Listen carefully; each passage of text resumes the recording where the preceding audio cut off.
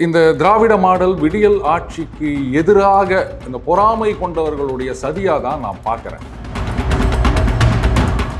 இந்த மாதிரியான தடைகள் தடங்கல்கள் இதையெல்லாம் முறியடித்து வந்த இயக்கம்தான் திராவிட முன்னேற்ற கழகம் அப்படின்னு. ஆனால் அவரு அதிமுகலேருந்து வந்தவர்னு நினைக்கிறேன். அப்பலேருந்தே அவருக்கு திமுக பத்தி தெரிஞ்சிருக்கு. ஒரு குறிப்பிட்ட கட்சியை சார்ந்த, பேர் சொல்லலை, குறிப்பிட்ட கட்சி, பேனரை கீழ்ச்சது கூட குறிப்பிட்ட கட்சியா இருக்கலாம். எந்த கட்சின்னு கேட்காதீங்க. அண்ணனே சொல்லலைன்னும் போது நான் சொல்லக்கூடாது. உதயநாள் பொதுக்கூட்டம் அப்படின்றது புயலால் பாதிக்கப்பட்ட மக்களுக்கு நிவாரணம் வழங்கும் அப்படின்னு சொல்லியிருக்காருங்க. ஸோ அந்த பிறந்த நாள் கொண்டாட்டத்தை கூட அவங்க மக்களுக்கான ஒரு நிகழ்வாக தான் பார்க்குறாங்க. ஆனால் நம்மலாம் அந்த விழுப்புரம், கடலூர், கிருஷ்ணகிரி அந்த ஊர் மக்களை பற்றி பேசினுக்கிறோம். இவர் இங்கே மேற்கு வேளச்சேரியோ இங்கோன்னு நினைக்கிறேன். அந்த பொதுக்கூட்டம் எதிர்கட்சியா இருக்கும்போது என்னென்ன செய்யணுன்றதுக்கு ஒரு டெம்ப்ளேட் இருக்குதுங்க. ஆளுங்கட்சியா இருக்கும்போது பேச வேண்டியதுக்கு ஒரு டெம்ப்ளேட் இருக்குதுங்க. அன்னைக்கெல்லாம் நீங்க அடி வாங்கி கீழே விழுந்தீங்க கிளைமேக்ஸ்ல, இன்னைக்கு நீங்க அடிக்கிறீங்களே அப்படின்னு கேட்க முடியுமா? அன்னைக்கு நான் வில்லன் தம்பி, இன்னைக்கு நான் ஹீரோ தம்பி, அந்த டெம்ப்ளேட் அப்படின்றோம் இல்லையா? ஏங்க சினிமாவுக்கும் அரசியலுக்கும் தமிழ்நாட்டில் ஏதாவது வித்தியாசம் இருக்குது அப்படின்னு நினைக்கிறீங்க? ஆளுங்கட்சியை சார்ந்த அமைச்சர்கள் களத்துக்கு வரணும் அப்படின்றதே நான் ஏத்துக்க மாட்டேன். யாரும் வரவானா. அதே மாதிரி தண்ணியும் வரக்கூடாது எங்க வீட்டுக்குள்ள. இதுதாங்க என் பாலிசி. தண்ணி வரலன்னா நீங்களாம் ஏன் வர போறீங்க? தண்ணி வரவே தானே வரீங்க. சிங்கார சென்னை பேக்கேஜ்னு ஒன்று இருந்தது. அந்த 4000 கோடி பேக்கேஜும் இங்கே சென்னைக்கு தாங்க. இது சென்னைன்றது தலைநகரம். அப்போ அந்த தலைக்கு தானே முக்கியத்துவம் கொடுக்கணும். அதனால இங்கே இந்த பேக்கேஜே ஒன்றும் முடியல. இந்த 12 சென்டிமீட்டர், 7 சென்டிமீட்டர், 5 சென்டிமீட்டர் மணிக்கே முக்குது. நீங்கள் தலையை கவனிக்காம நீங்கள் மற்ற இடத்துக்கெல்லாம் போனீங்கன்னா சரிப்பட்டு வருமா? கடலூர் மாதிரி பகுதிகளில் இருக்கவங்களுக்கு 10% தான், 1/3. அப்போ சென்னையில் 6000 அப்படின்னா கடலூருக்கு எவ்வளோ வரும்? 2000. கரெக்டா? சத்தம் கேட்டுதா? என்ன சத்தம் சார்? டிங் டிங் டிடிங். பேடிஎம்மில் ரூபாய் 2000 பெறப்பட்டது. 2000 கொடுக்குறாங்களா? இப்ப இது மொரட்டு முட்டுப்பா. அது கடலூர்ல இருந்தா 2000. அதை சொன்னேன், நீங்க வேற எதுவும் தப்பா நினைச்சுக்காதீங்க. முடிஞ்சா போய் அவர் மேல கேஸ் போடுங்க. இந்த மாதிரி திராவிடன் அப்படின்னு சொன்னா திருடன்னு சொல்லிட்டாரு. அப்ப அவர் உடனே கேட்பாரு, இந்து என்றால் திருடன்னு சொன்னதுக்கே நீங்க ஒன்றும் நடவடிக்கை எடுக்கல, எனக்கு நடவடிக்கை எடுத்தீங்களான்னு கேட்டா என்ன பண்ணுவீங்க? அப்புறம் படத்தையெல்லாம் நோண்டுற மாதிரி இருக்கும். அவர் வெறும் நடிகராக இருந்த பொழுது அவங்கெல்லாம் ஃபேன்ஸ். இப்ப கட்சி தலைவரான பிறகு அப்படியே சப்ஜாடா அத்தனை பேர்த்தையும் தொண்டர்களா மாத்திட்டாங்க. என்ன இது? நீங்க 250 பேர் வாங்க, நான் உங்களுக்கு கொடுக்குறேன் அப்படின்னு சொல்லிட்டு அப்படியே. கனிமொழி அவர்கள் சொல்லியிருந்தாங்க, சாக்கு போக்கு சொல்லாம இந்த தடவை நீங்க கொடுக்கணும் அப்படின்னு. அவங்களும் சொல்லுவாங்க, சாக்கு போக்கு சொல்லாம இந்த 4000 கோடி பேக்கேஜ், சிங்கார சென்னை பேக்கேஜ், அதெல்லாம் என்ன ஆச்சுன்னு சொல்லுங்க அப்படின்னு கேட்டாங்கன்னா என்ன பண்ண போறாங்கன்னு தெரியல.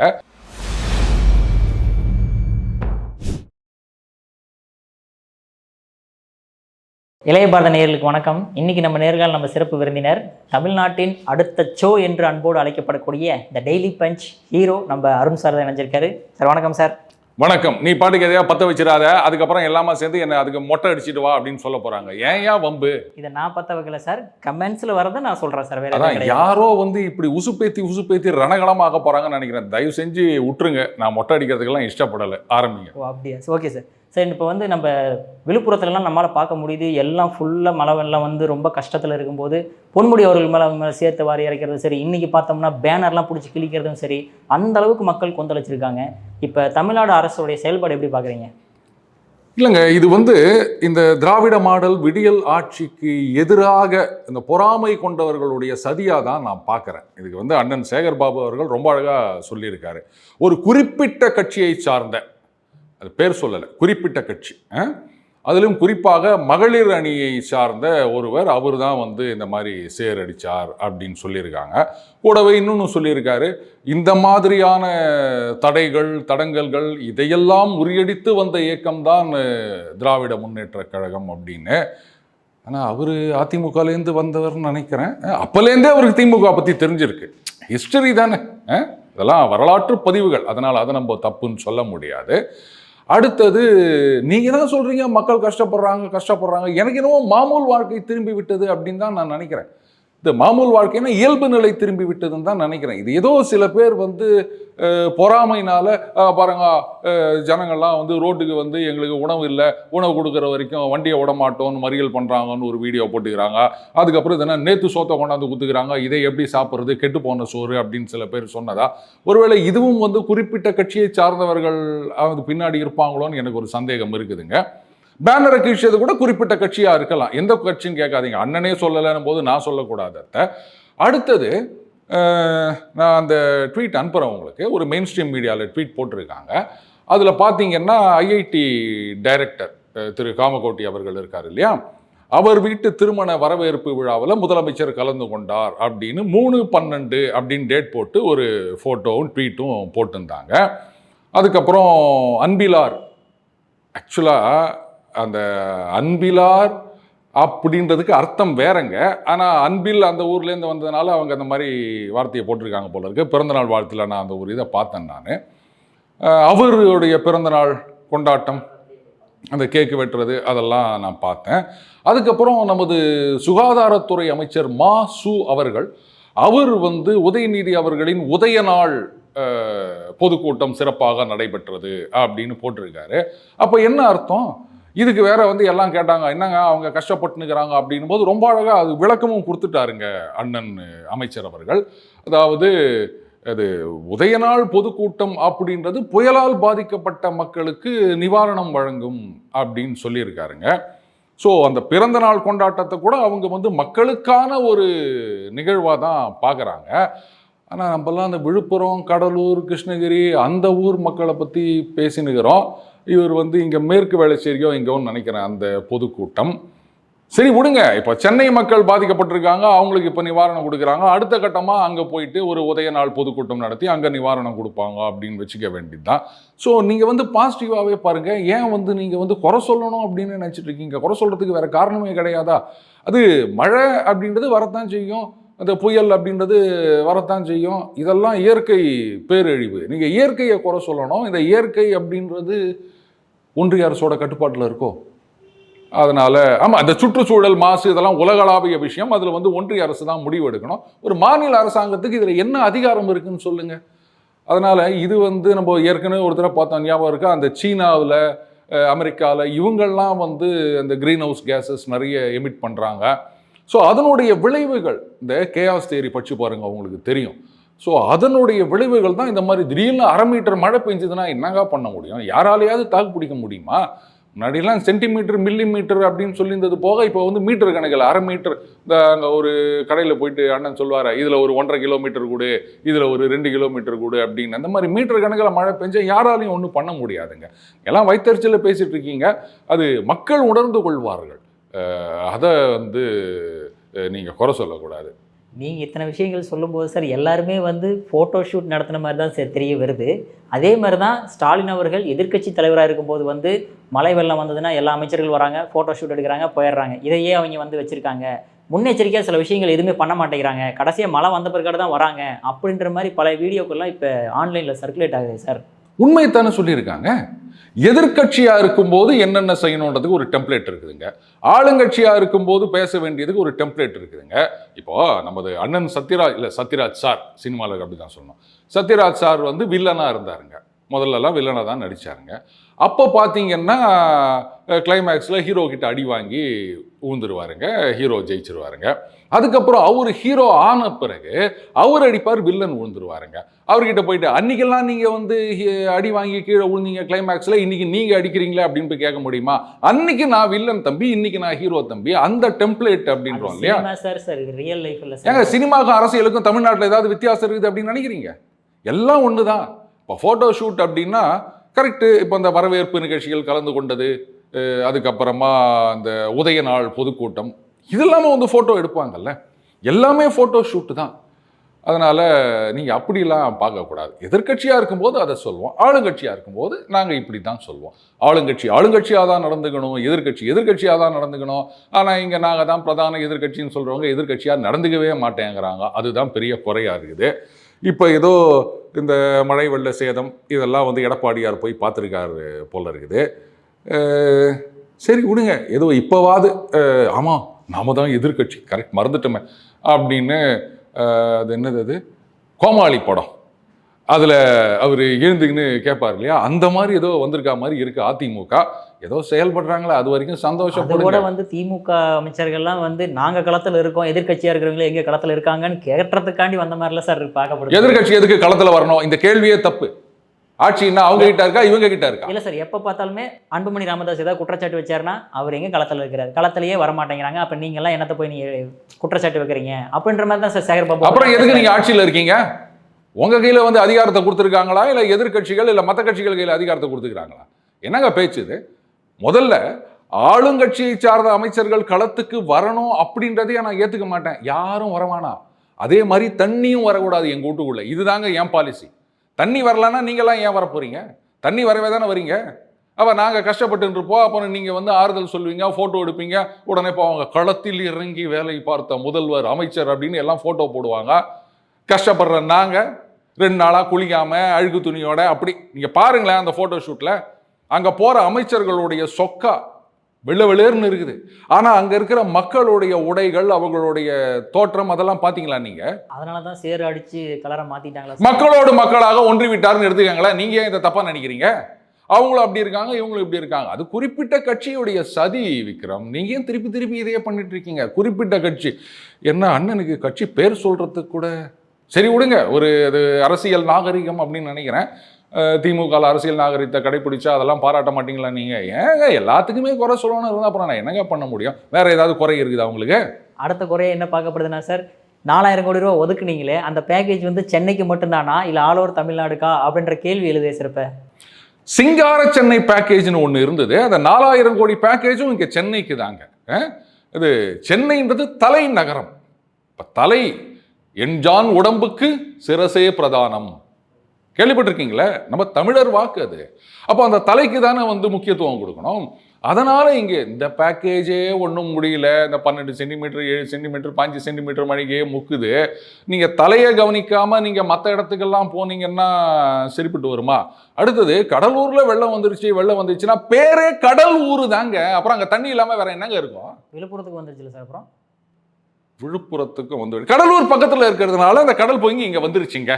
அதாவது இந்த கடல் பொங்கி விழும் புறம் விழுப்புரம். புரியுதுங்களா? அப்புறம் நீங்க கடலூர்னு பேர் வச்சுட்டு தண்ணி வந்துச்சுதுன்னா குறை சொல்லிடுறீங்க. நீங்க பேரை வச்சவங்களை கேளுங்க, அங்க போய் ஊரை வச்சவங்களை போய் கேளுங்க. ஊரை வச்சேன்னா தண்ணியில ஊற வைக்கிறது இல்லைங்க, ஊரை வைத்தவர்கள் அப்படி அப்படி எடுத்துக்காங்க. எல்லாம் குறை சொல்லின்னு இருக்கீங்க. அடுத்த வர என்ன சொல்லுங்க. அடுத்தது பார்த்தீங்கன்னா சார், மிக்ஜாங் புயல் வரும்போது எல்லாத்துக்கும் 6000 அறிவிக்கப்பட்டுச்சு சார். ஆனால் இப்போ பார்த்தீங்கன்னா எல்லாத்துக்கும் 2000 தான் அறிவிச்சிருக்காரு. எதுக்கு இந்த குறைபாடு? ஓஹோ, அது அண்ணாமலை அவர்கள் தான் இந்த கலப்பினார்னு நினைக்கிறேன். ஆரம்பத்தில் அவர் வந்து 6000 ரூபா கொடுங்க அப்படின்னு சொல்லி அவர் என்ன சொன்னாரு, 10,400 ரூபா. அது என்னங்க 10,400 ரூபா? ஒருவேளை இது ஜிஎஸ்டி போட்டு 10,400 தெரியல, ரவுண்டா 10,000 சொல்லியிருக்கலாம். அவர் அட்லீஸ்ட் இந்த மிக்ஜாம் புயலுக்கு சென்னையில் இருக்கவங்களுக்கு கொடுத்த 6000 ரூபாயாவது கொடுங்க அப்படின்னு கேட்டிருக்காரு. ஆனால் நீங்கள் ஒன்று யோசிக்கணும், அவர் வந்து 2019 தான் விஆர்எஸ் கொடுத்துட்டு வராருங்க. நான் 2018 வந்துட்டேன். இருந்தாலும் சர்வீஸ் மேட்டர் எனக்கு கொஞ்சம் ஞாபகம் இருக்குதுங்க. இது ஒன்றிய அரசின் நடைமுறைப்படி தான் இது பண்ணியிருக்காங்கன்னு நினைக்கிறேன் விக்ரம். என்ன சார் சொல்றீங்க? ஒன்றிய அரசை எப்பவுமே பின்பற்ற மாட்டாங்களே, அப்புறம் எதுக்கு சார் இவங்க வந்து பின்பற்றுறத? இல்லைங்க, சில விஷயங்களை நீங்கள் ஒன்றிய அரசை பின்பற்றலாம், தப்பு இல்லை. எப்படின்னு கேட்குறீங்களா? இப்போ சென்னையில் இருக்கிற அரசு ஊழியர்களுக்கெல்லாம் 30% எச்ஆர்ஏ விக்ரம். கடலூர் மாதிரி பகுதிகளில் இருக்கவங்களுக்கு 10% தான், 1/3. அப்போ சென்னையில் 6000 அப்படின்னா கடலூருக்கு எவ்வளோ வரும்? 2000. கரெக்டா? இது சென்ட்ரல் கவர்மெண்ட்டுடைய ஃபார்முலாங்க. ஹெச்ஆர்ஏ இங்கே 30, அங்கே 10, இன்னும் சில ஊர்களுக்கு 20 அப்படின்றது. அப்புறம் இதை போயிட்டு நீங்கள் வந்து மத்தியில் ஆட்சியில் இருக்கின்ற ஒரு அரசு, அந்த கட்சியின் மாநில தலைவர், அவர் இந்த மாதிரி கேட்கலாமா? சத்தம் கேட்டுதா? என்ன சத்தம் சார்? டிங் டிங் டிடிங், பேடிஎம்மில் ரூபாய் 2000 பெறப்பட்டது. ஓ, 2000 ரூபா கொடுக்குறாங்களா? இப்ப இது மொரட்டு முட்டுப்பா. அது கடலூர்ல இருந்தா 2000. அதை சொன்னேன், நீங்க வேற எதுவும் தப்பா நினைச்சுக்காதீங்க. எங்கிருந்து வந்தது சார்? அது தெரியல, அது பேடிஎம்ல தெரியாது. அக்கௌண்ட் ஸ்டேட்மெண்ட் எடுத்து பார்த்தா தான் தெரியும். அது அந்த புயல் நிவாரணம்னு வச்சுக்கோங்களேன். கடலூர்ல வீடு இருந்தா வராதா அந்த மாதிரி. Okay sir. சார் அடுத்ததான் நம்ம இப்போ இவ்வளோ பிரச்சனை இருக்கும்போது செந்தில் பாலாஜிக்கும் ஒரு பெரிய பிரச்சனை வந்து சுப்ரீம் கோர்ட்டு அறிவிச்சிருக்காங்க.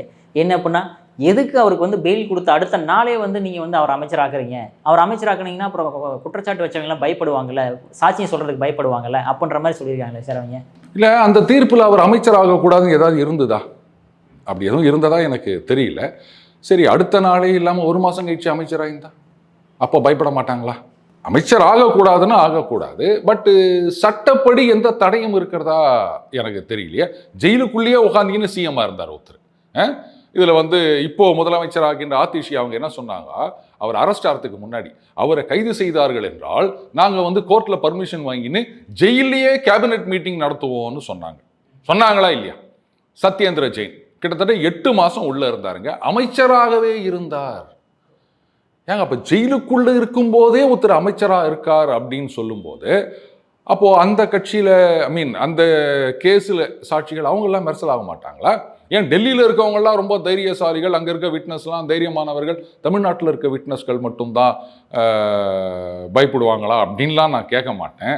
என்னை பொறுத்த வரைக்கும் it's a question of morality அப்படின்னு தான் நினைக்கிறேன். பட் சுப்ரீம் கோர்ட் எழுப்பியுள்ள கேள்வி சரியான கேள்வி. இப்போ பார்த்தீங்கன்னா இந்த ஃபாரன்சிக் டிபார்ட்மெண்ட்டில் இருக்க ஒரு அதிகாரி அவர் சாட்சி சொல்ல வர வேண்டும், அவர் வந்து வரலை அப்படின்றாரு, ஃபோனை எடுக்க மாட்டேங்கிறாரு அப்படின்னு இந்த பார்த்தேன். அவருக்கு வாரண்ட் இஷ்யூ பண்ணணும் அப்படின்னு அவர் இமெயில் மூலமாக தான் கம்யூனிகேட் பண்ணிட்டு இருக்காரு அப்படின்னு. ஸோ கோர்ட்டுடைய கேள்வி நியாயமானது. ஆனால் நியாயமாக தான் நம்ம எல்லாரும் இங்கே நடந்துக்கிறோமா? அதான் கேள்வி. ஒட்டுமொத்தமாக சொசைட்டியில் வந்து நம்ம நியாயம் தர்மம் இதெல்லாம் யாருமே ஃபாலோ பண்ணுறதில்ல அப்படின்னும் போது நீதிமன்றங்கள் தான் நம்மளுடைய கடைசி ரெசார்ட் அப்படின்னு நினைக்கிறேன். அவங்க தான் வந்து இதை நிலைநிறுத்த வேண்டும். டிசம்பர் 13 அந்த ஸ்டேட் கவர்மெண்ட் ரிப்ளை கேட்டிருக்காங்க போல இருக்கு. அது வந்த பிறகு என்ன முடிவு எடுக்கிறாங்க அப்படின்றத நம்ம பார்க்கணும். அதுலேயும் ஒரு அதிகாரி அவரே வந்து விசாரணைக்கு ஏதோ எக்ஸ்டென்ஷன் கேட்டார் போல இருக்கு, ஹைப்பர் டென்ஷன் கிடினஸ் அப்படின்னு ஏதோ சொல்லியிருந்தார் போல இருக்கு. பட் கோர்ட்டில் என்ன சொல்லியிருக்காங்க, இதெல்லாம் வந்து அப்பியரன்ஸு அதை எக்ஸ்டெண்ட் பண்ணுறதுக்கான நியாயமான காரணங்கள் இல்லை, இருந்தாலும் ஒரு தடவை அங்கே அக்செப்ட் பண்ணியிருக்காங்க போல இருக்கு. பட் மறுபடியும் அவர் வரலன்னும் போது தான் வாரண்ட் இஷ்யூ பண்ணியிருக்காங்க. அப்போது ஒரு நல்ல பதவியில் இருக்கும் அதிகாரியே வந்து சாட்சி சொல்ல வரலைன்னும் போது அப்போ கோர்ட்டுடைய கேள்வி நியாயமானது தான். டிசம்பர் 13 பார்ப்போமே என்ன முடிவெடுக்கின்றார்கள் அப்படின்னு. இது வந்து இந்த சட்ட சிக்கல் அப்படின்றதையும் தாண்டின ஒரு கொஸ்டினாக தான் நான் பார்க்குறேன்.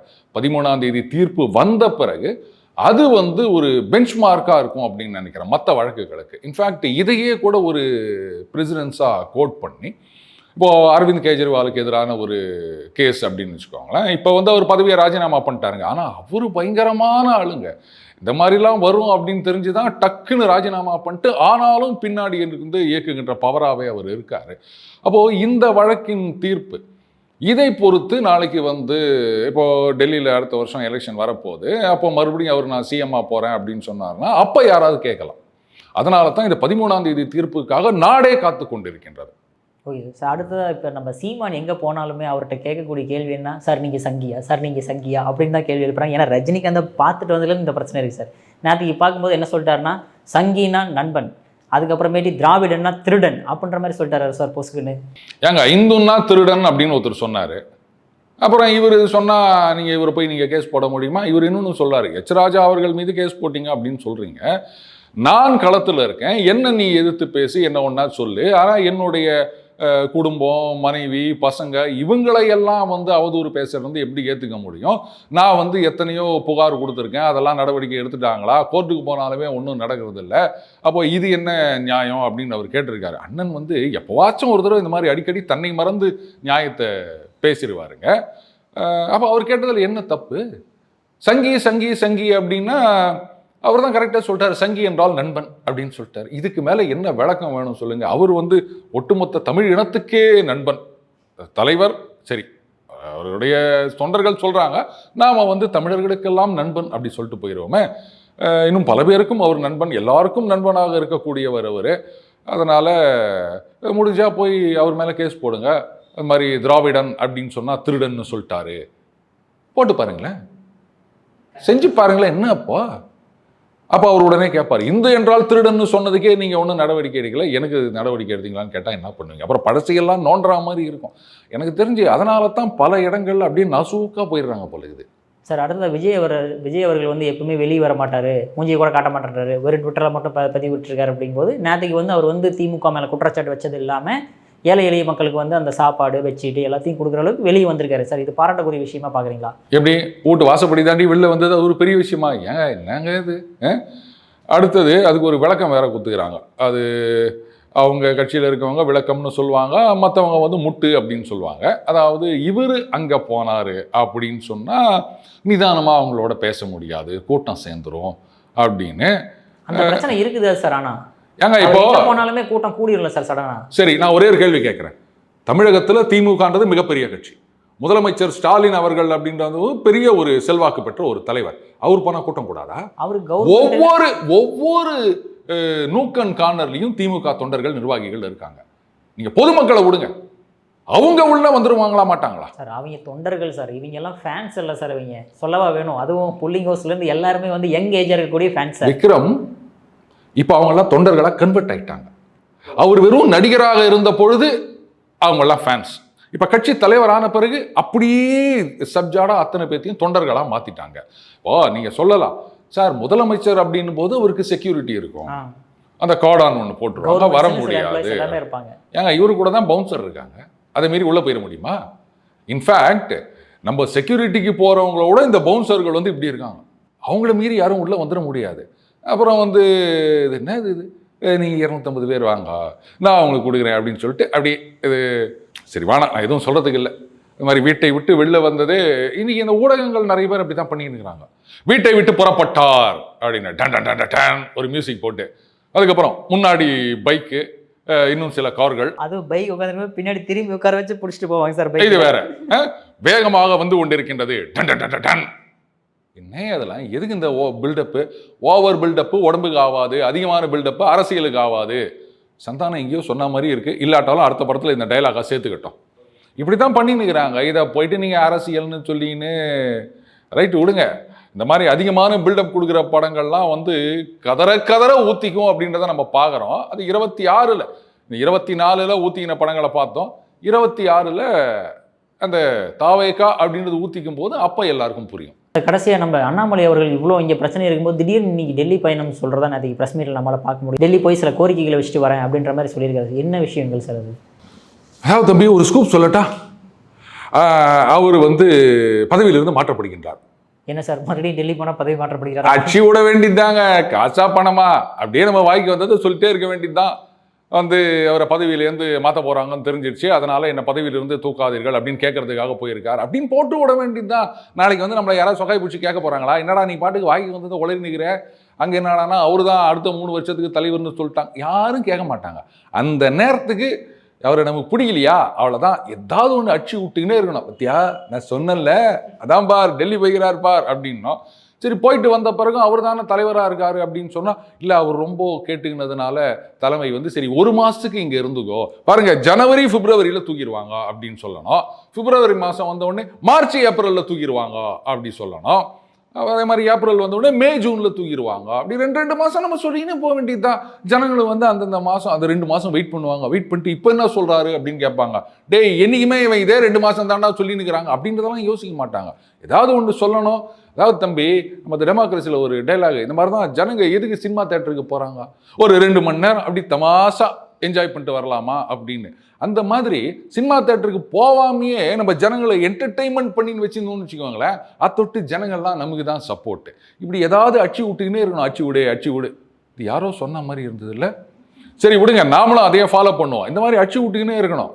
நான் நினைக்கிறேன், ஜோக்ஸ் அப்பார்ட், இந்த வெள்ள சேதங்கள் இருக்குங்க இல்லையா, இதுக்கு வந்து இந்த முறை மத்திய அரசாங்கத்திலிருந்து கொஞ்சம் விரைவாகவே நிதி வரும் அப்படின்னு நான் நினைக்கிறேன். ஏன்னா பாஜகவை பொறுத்த வரைக்கும் எஸ்பெஷலி ஆஃப்டர் த பிரேக், நான் பிரேக் எடுக்கிறேன் நீங்கள் எங்கேயும் போகாதீங்க அப்படின்னு அந்த ப்ரோக்ராமில் சொல்லுவாங்க இல்லையா. ஸோ அந்த மாதிரி அண்ணாமலை அவர்கள் அந்த பிரேக்குக்கு அப்புறம் வந்த பிறகு வந்த உடனே ஹிட்டிங் த கிரவுண்ட் ரன்னிங் அப்படின்னு சொல்லுவாங்க. அந்த மாதிரி ரொம்ப வேகமாக ஓடிக்கொண்டிருக்கின்றது அரசியல்.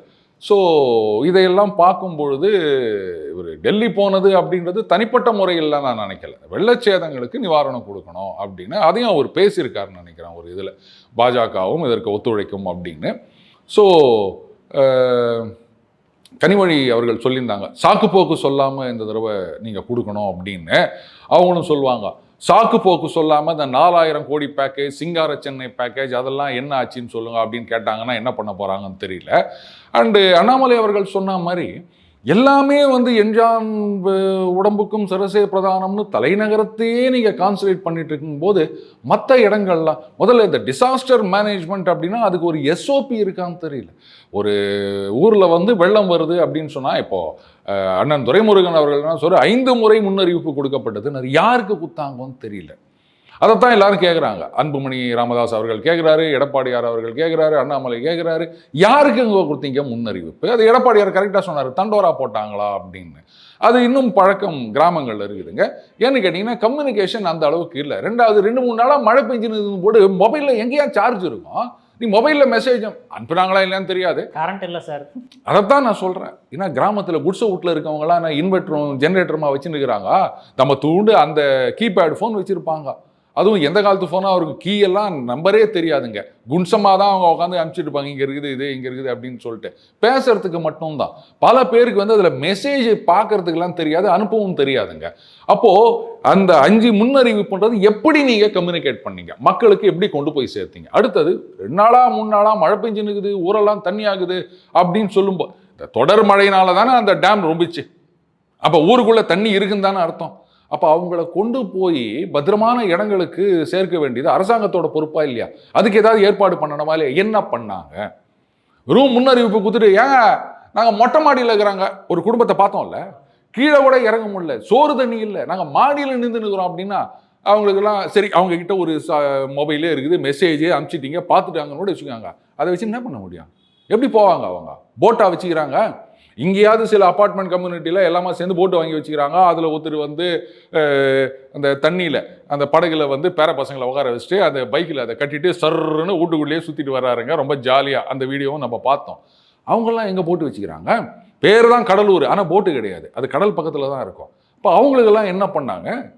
இந்த மாதிரி நிறைய கேள்விகள் இருக்கு. என்னன்னா மக்கள் கேட்கணும். நீங்களும் நானும் இதை கேட்டு பிரயோஜனம் இல்லை, மக்கள் யோசிக்கணும். அவங்க யோசிக்காத வரைக்கும் மழை வருது, வெள்ளம் வருது, நிவாரணம் வருது, ஃபோட்டோ ஷூட் ரிப்பீட்டு, அவ்வளோதான் வைக்கிறோம். Okay sir. சார் உங்கள் அற்புதமான கருத்துக்களை இளைய பாரத நேயர்களோட பகிர்ந்ததுக்கு மிக்க நன்றி சார். நன்றி விக்ரம்.